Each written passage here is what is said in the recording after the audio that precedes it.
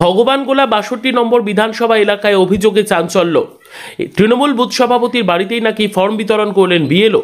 ভগবানগোলা ৬২ নম্বর বিধানসভার অন্তর্গত মহিষাস্থলী গ্রাম পঞ্চায়েতের ৭০ নম্বর বুথে এক বিএলওর বিরুদ্ধে গুরুতর অভিযোগ উঠেছে। জানা গিয়েছে ওই বুথের বিএলও সাহিল ইসলাম নাকি ভোট সংশোধনের ফর্ম বিতরণের কাজটি নির্দিষ্ট কেন্দ্রে না করে একটি নির্দিষ্ট বাড়িতেই বসে সম্পন্ন করেছেন। অভিযোগ উঠেছে যে বাড়িতে তিনি ফর্ম বিতরণ করছিলেন সেটি স্থানীয় তৃণমূল কংগ্রেস দলের বুথ সভাপতির বাড়ি।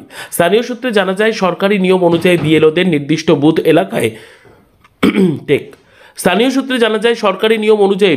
নির্দিষ্ট বুথ এলাকায় বা সরকারি ভবনে বসে ফর্ম বিতরণ ও সংশোধনের কাজ করার নির্দেশ রয়েছে। কিন্তু অভিযোগ অনুযায়ী সাহিল ইসলাম এই প্রক্রিয়া লঙ্ঘন করে রাজনৈতিক পক্ষপাত দেখিয়েছেন। এদিকে এই ঘটনার পর থেকে এলাকায় তীব্র ক্ষোভের সঞ্চার হয়েছে।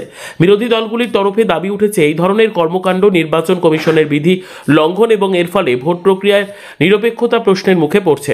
অভিযোগের সত্যতা যাচাইয়ের জন্য প্রশাসনিক মহল থেকে তদন্তের দাবি উঠেছে। স্থানীয় বাসিন্দাদের একাংশের বক্তব্য, একজন বিএলও যদি নিরপেক্ষভাবে কাজ না করেন তাহলে ভোটের বিশ্বাসযোগ্যতা কিভাবে বজায় থাকবে। এ বিষয়ে এখনো পর্যন্ত সংশ্লিষ্ট বিএলও সাহিল ইসলাম কিংবা নির্বাচন দপ্তরের তরফ থেকে কোনো সরকারি প্রতিক্রিয়া পাওয়া যায়নি।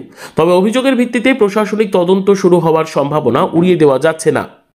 অভিযোগ হচ্ছে ভগবানগোলা বিধানসভার মহিষাস্থলী গ্রাম পঞ্চায়েতের অধীন ৭০ নম্বর বুথ আলতাবারতলা বুথ, ওই বুথের বিএলও মোহাম্মদ সাহিল হোসেন, ওনাকে যখন আমাদের সিপিএম পার্টির বিএলএর তরফ থেকে ফোন করা হয় যে আগামীকালকে বেরোবেন, উনি বলেন না আমরা বেরোবো না, আমার কাছে ৩০০ ফর্ম আছে, পুরো ফর্ম আসবে তখন বেরোবো। তাহলে ঠিক আছে, আর বেরোলে আপনি অবশ্যই আপনাদের নির্বাচন কমিশনের গাইডলাইন যেটা রয়েছেন যে সমস্ত বিএলও সে যে দলেরই হোক যারা বিএলএ রয়েছেন তাদেরকে নিয়ে আপনি ফোন করে বেরোবেন। কিন্তু আজকে সকালবেলা আমরা যখন গেলাম ওখানে যাচ্ছি দেখছি যে ওই আলতাবারতলার বুথের টিএমসির বুথ সভাপতি এবং ওই বুথেরই বিএলএ টিএমসির তার বাড়িতে বসে টোটাল ফর্মগুলো বিতরণ করা হচ্ছে। অন্য দলের প্রতিনিধি ছিল না, অন্য দলের কোনো দলের প্রতিনিধি ছিল না। তা আমরা সেখানে গিয়ে প্রতিবাদ করাতে উনি আমাদেরকে উল্টাপাল্টা কথা জ্ঞান দিতে আসলেন। আমরা যখন ওনাকে বললাম উনি তারপরেও আমরা যখন বিডিওকে কমপ্লেন করছি বা এআরওকে জানাচ্ছি, উনি তা সত্ত্বেও কোনো কথা শুনেননি।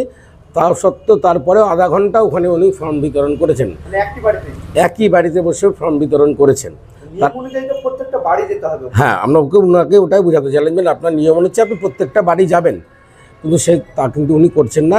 আমাদের যেটা মূলত যে বিতর্কিত বিষয় সেই বিষয়টা হচ্ছে যে যেহেতু ওই বাড়িটা তৃণমূলের বিএলএর বাড়ি এবং বুথ সভাপতির বাড়ি, সে আমি একটা সিপিএমের কর্মী, আমার বাড়িতে যদি ফর্ম বিতরণ করে সেটা স্বাভাবিক, অন্যান্য দলের প্রতিনিধিরা বিরক্ত বোধ করবে বা আপত্তি বোধ দিবে।